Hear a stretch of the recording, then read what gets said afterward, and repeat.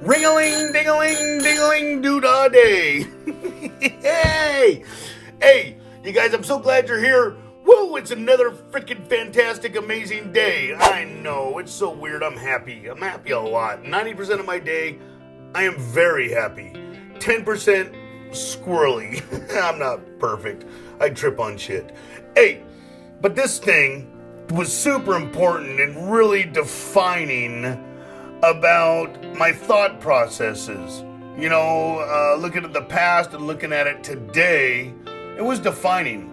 So, we don't see the world as it actually is. We don't. That's why everyone sees the world as some people sees it as it totally sucks and people suck. And then some people see it as like extraordinary and they're super grateful for their lives. But we're living in the same world. We're living in the same county sometimes. We're living next door to each other and one person hates the neighborhood, the other one loves it. It's so weird. But see, we don't see the world as it actually is. We see the world how we are.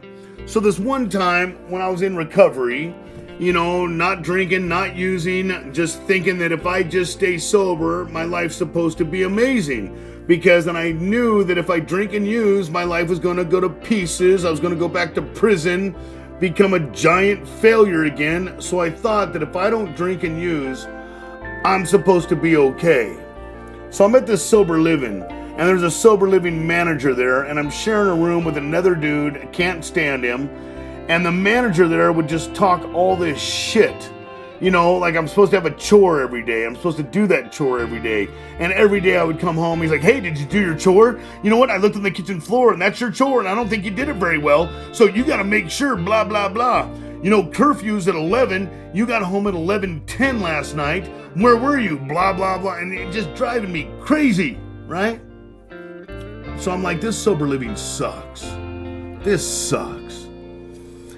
And then at that time, I had to take the bus to this job. And I'm on the bus, and there was absolutely no seats, and everyone's stinking, and it's gross. And I'm holding on to the little, and I'm looking at the bus, and I'm like, taking the bus freaking sucks, man. I mean, this just sucks. And then I got to my job, which was at that time a little telemarketing job. And I got the headphones on, and I'm trying to read this freaking script, and I'm reaching out to people in Pennsylvania and all over the freaking place, and I can't read the script, and the manager comes up to me, and he's like, I've been listening to your calls. Are you retarded? You can't read a script? I'm like, this guy, who are you talking to? Like, this job sucks. Right? This job sucks. The deal is that none of that shit sucked. The sober living, it was the only thing I could afford. I had a bed, I had a shower, I had a kitchen. A person welcomed me into their home and they said, this is your home now. All that was required of me is to do a chore and follow the rules. That was all I could afford. It didn't suck. They welcomed me in their home. The bus didn't suck. The bus picked me up at a certain time every day, got me to my job at the exact same time, and it's a lot faster than walking. The bus didn't suck. The job didn't suck.